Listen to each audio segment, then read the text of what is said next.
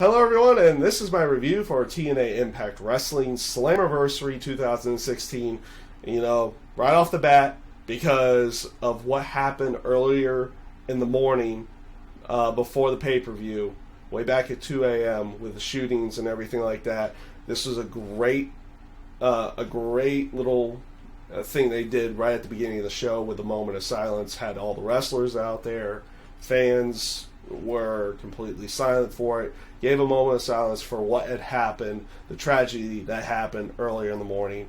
Great move by TNA, and great and just right move right off the bat before you go on the air to do this. Applaud TNA for that.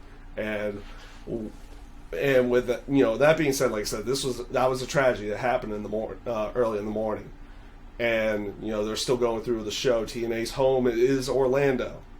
And of course, with everything that happened there, there was even rumor that the show wouldn't even go on the air, even though they did come out and say yes, everything was going to go as planned. So, with that being said, like I said, applaud TNA for doing the moment of silence, everything right before fully going on the air. With that being said, let's get into TNA Slammiversary and how did the show actually come off? Well, the first match was the X Division title. And this was with Eddie Edwards, DJZ, Everett, and Trevor Lee. This was a really, really good match. They kicked Shane Helms out of the ring, out of ringside right off the bat because, and they even make the announcements like TNA officials were getting sick and tired of Shane Helms getting involved in these matches and interfering and causing distractions and everything in that sense. So they just kick him out. And lo and behold, and obviously that's just part of storyline, but part of the other storyline, just these four guys put on a great match. Great opener here. The only real downfall of this is that, I feel like they missed out on something. They could have built to something. A match they had already done before. Ultimate X. You could have built Ultimate X to this spot. You could have built to this Ultimate X match instead of just kind of making it almost like a throwaway match in this feud. The right guy goes over here. I feel like the story does call for Eddie Edwards to win the X Division title. I feel like that was the right way of going here. Trevor Lee's had it for quite some time, and I do like the whole X Division Dynasty thing with Shane Helms, but it was time to have them become the chasers over towards Eddie Edwards. Here. The only thing I really would have wished it would have ended on a finisher versus a roll-up, but hey, that's just kind of nitpicking in the end there. You don't want to nitpick too much. You did have some promos throughout the night. One really good one from EC3, basically going over everything and calling, saying like Michael Bennett calls himself a god, well, I'm calling you a false prophet, and going through everything. Like, really good promo right there, right at the beginning. Second match of the night was Muhammad Ali Shira Grado versus the Tribunal, and I'm still getting used to the guys' two new names, so I don't call them by that right off the bat because I know them as Marcus Louis and Sylvester Lafont, the Tribunal guys. I know they slipped my mind off the top of my head, and I'll remember their names here very soon. But their match with Muhammad Ali Shira and Grado, not a bad match. I was not a big fan of this storyline going into it to begin with, but all in all, not a bad match. Al Snow plays this obnoxious heel on the outside with a whistle and always blowing it, always blowing the whistle and everything. Good way of going, and good way of actually, causing some heat there for this storyline. And I do love his reactions at the end. Like, the Tribunal going over here, you feel like they probably should get the victory here, and they do end up getting that victory.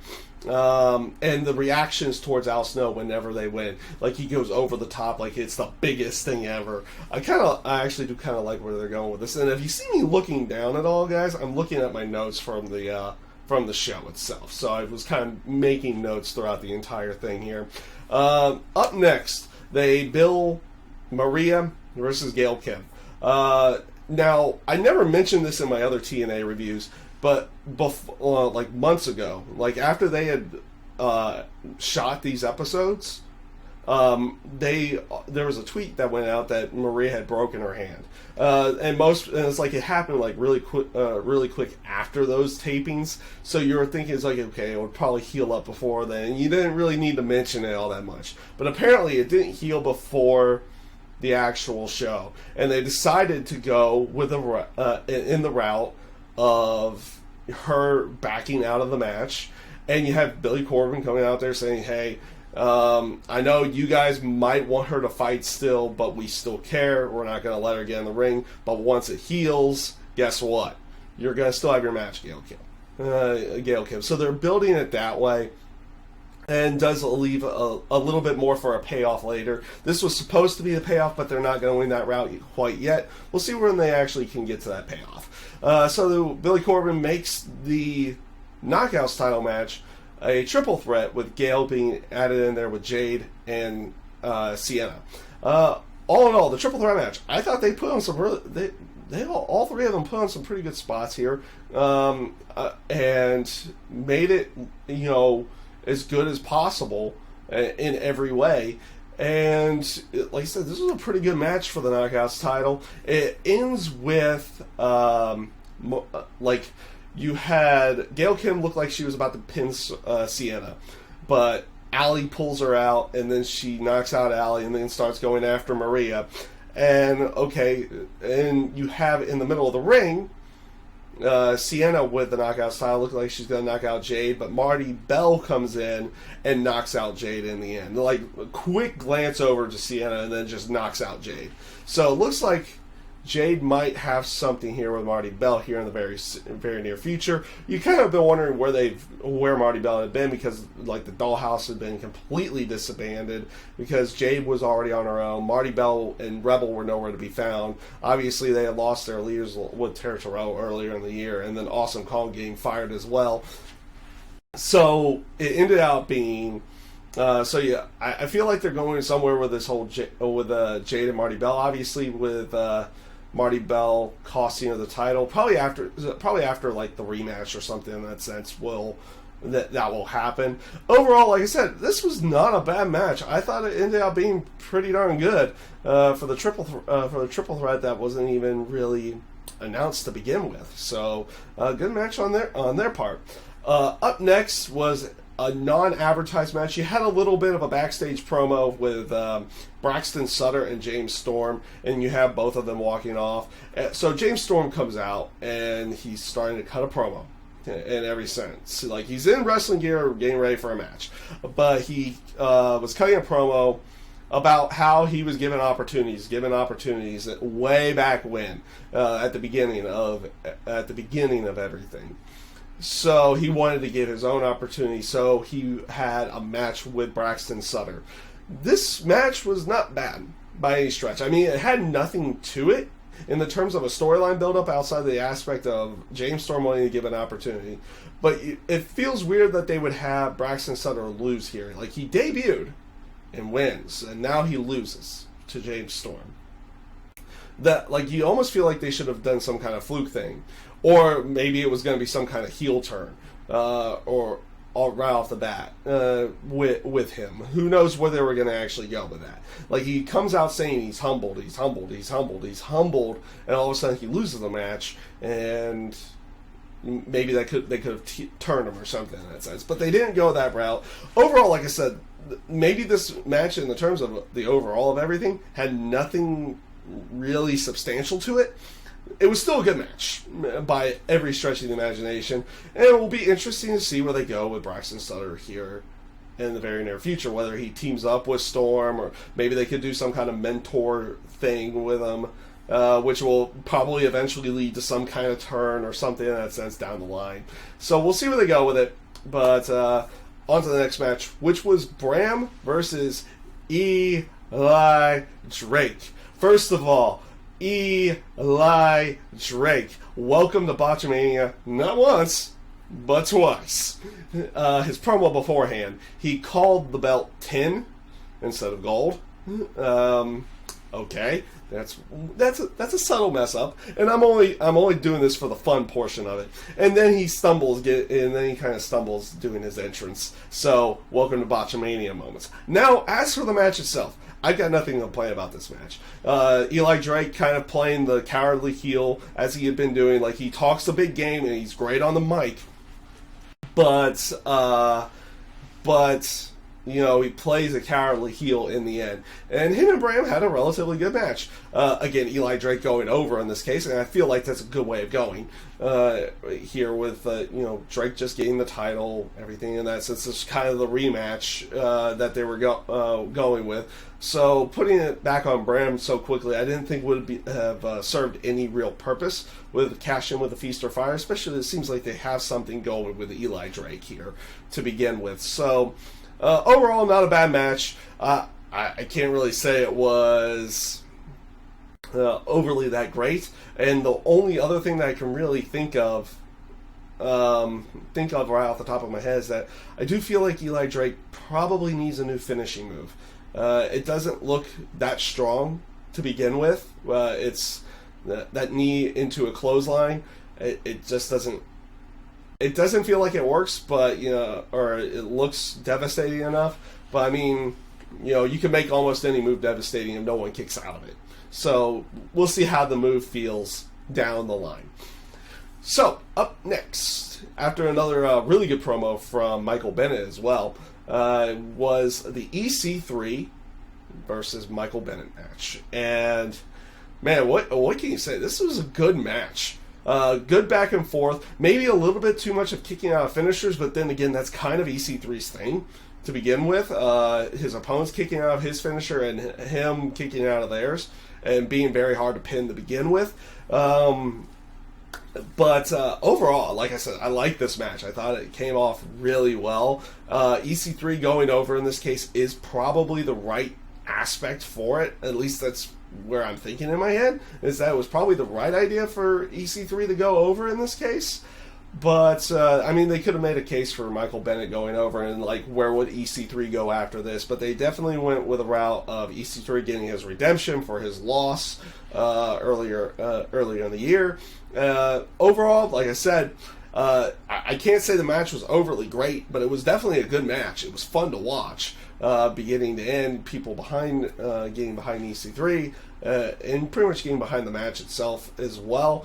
And like I said, good match. EC3 goes over here, and yeah, we'll see where they go about this. It makes it feel like that maybe the feud's not completely over with, because EC3 needed redemption after his first pinfall loss. Can't say first loss, but his first pinfall loss. Maybe they go in a route of Michael Bennett trying to get redemption for his first loss within his time at TNA. So we'll see where they go with everything. Up next was Matt Hardy and Jeff Hardy. First of all, good promo package showing everything that had happened, including the whole awkward filming scene that they did as well. And like I said, right off the bat, really good video promo package. And what can I say? Like, the Matt Hardy comes out. Rebby comes out first and says, "I'm introducing the broken Matt Hardy." And he comes out to completely different music, like just simple, like piano, very basic, but it suits the character of where Matt Hardy was going in the terms of his character. So it does suit it. But like I said, it was very basic, and it was a very basic thing in the end, but it does kind of work with what they were going for. As for the match itself with Matt and Jeff, this was an insane match. I didn't feel like it went too long. It did go for quite a bit of time, but the spots that they came up with were pretty good. In the end. The ladder spot in the middle of the ring with not the one at the end of the match, but like the one in the middle of the match where he has this secondary style ladder, or not a secondary. It's not your typical like fold out ladder. It's more of a standing still. Somebody needs to sit there and be holding that thing type of ladder. and he stretched it across the entire ring and does a splash on Matt Hardy there. I thought that spot came off relatively well. The one that I found completely unnecessary, and it felt, I can't say it feels out of place because of the whole piano thing that they did before with the whole video, but they put a small keyboard and they have a guardrail in the ring, and Matt Hardy powerbombs Jeff onto the keyboard, onto the ground. It did not look right, and it almost felt completely out of place here in that sense of everything. And like I said, it was just a very dangerous spot, almost not necessary for them to go for. The ending of the match saw, like, after a couple of Twist of Fates, again, people kicking out of finishers and everything like that. But it saw, and obviously in this case, it does work because you need this match to end on a big, big spot. The way they built this up, it needs to end on a big spot. And, having Jeff go to the top rope, jump out to the ring, swantoning through the table was definitely a good way of going here. Almost makes you wonder where they're going to go with Matt Hardy. Does it transform him back to Big Money Matt, or does it make him go into like a deeper, crazier spot? We'll see where they go with everything, because you could have made this like almost, even though he's the heel, almost make this like his little redemption, to try to vanquish Jeff, or at least win against Jeff, and it kind of brings him back. But we'll see where they go with everything and how they work this character down the road here for Matt Hardy to begin with. So, up next, after a promo, and I felt like it was a relatively good promo from Abyss, Crazy Steve, and Rosemary, was Decay versus the Bromance. And this one, I can't say I hated this match, because I felt like it came off really good. Like, the spots that they did, the match itself was entertaining. It's just the storyline build-up that went into this match. You had, obviously, the Bromance, trying to find a guru, trying to make them better again, and everything like that. And it was happening rather quick. But, like, the way they got the number one contendership was with, like, Michael Bennett as a referee, and he wasn't caring about anything, and it was not all that good of a way of setting it up. So, like I said, the match itself, like, the story to the match, going into the match wasn't all that great. The actual match itself, like, I felt came off really good, just really good here with everything. With, they got Rosemary and Raquel involved in some way, like they should have. And the finish, which I found to be very very interesting, you also had like a couple of miss spots. Not miss, but missed, where Rosemary spits the red mist into Abyss's eye, so he accidentally chokeslams Crazy Steve, and then Abyss misses his mist. say that one properly, in hitting the initial referee, which caused another referee to come down. It was a little bit chaotic, but it didn't feel like it was completely overbooked. And like I said, the match was very enjoyable and very interesting finish, with like using your tag team partner to powerbombing your tag team partner on top of someone to get the actual finish.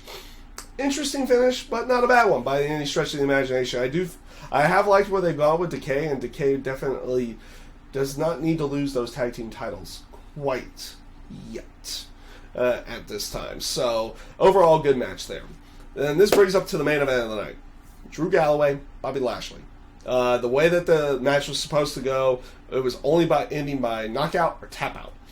And I'm going to put it like this. This was a really, really good match between the two of them. I enjoyed this one because they made it feel a little bit different than most of the other matches throughout the night. Like, you've got this feeling that these two were just in a fight, and they were waylaying on each other, hitting each other as hard as you could, like right off the bat too. Like, he comes out, Drew Galloway comes out and hits him straight with a Claymore kick. hits Bobby Lashley straight with a Claymore kick right off the bat. So it gave a different type of feel and vibe into the match itself, leading into everything. Like, the only thing that I felt like that was out of place was the table spot. I felt like that was the only thing out of place throughout the entire thing. Otherwise, really good match. I felt like they did everything possible to make it feel like these two guys were just waylaying on each other and were just in a fight, kind of like where they had been throughout the entire storyline with them brawling and everything like that.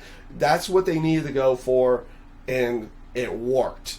And it came out great here. And the whole aspect of, Bobby Lashley landing a big punch and then choking out Drew Galloway to get the finish, I felt was a good way of going. They could have gone the route of the whole, it's like, oh, this favors Lashley, and Drew ends out winning.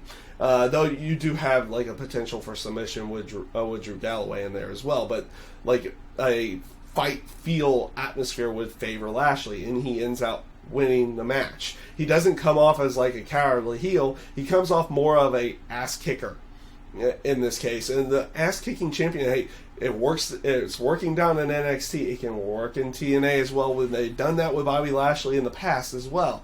With a guy who's a heel, straight up, he's a heel, but he's not that cowardly heel.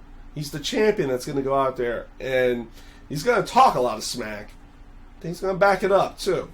So overall match for that match, really, really good match, fairly enjoyable. Only the one down spot, like I said, that table spot felt like it was a little bit out of place for the match, but it doesn't hurt that match at all in this case. So overall, TNA Impact Wrestling's Slammiversary this year.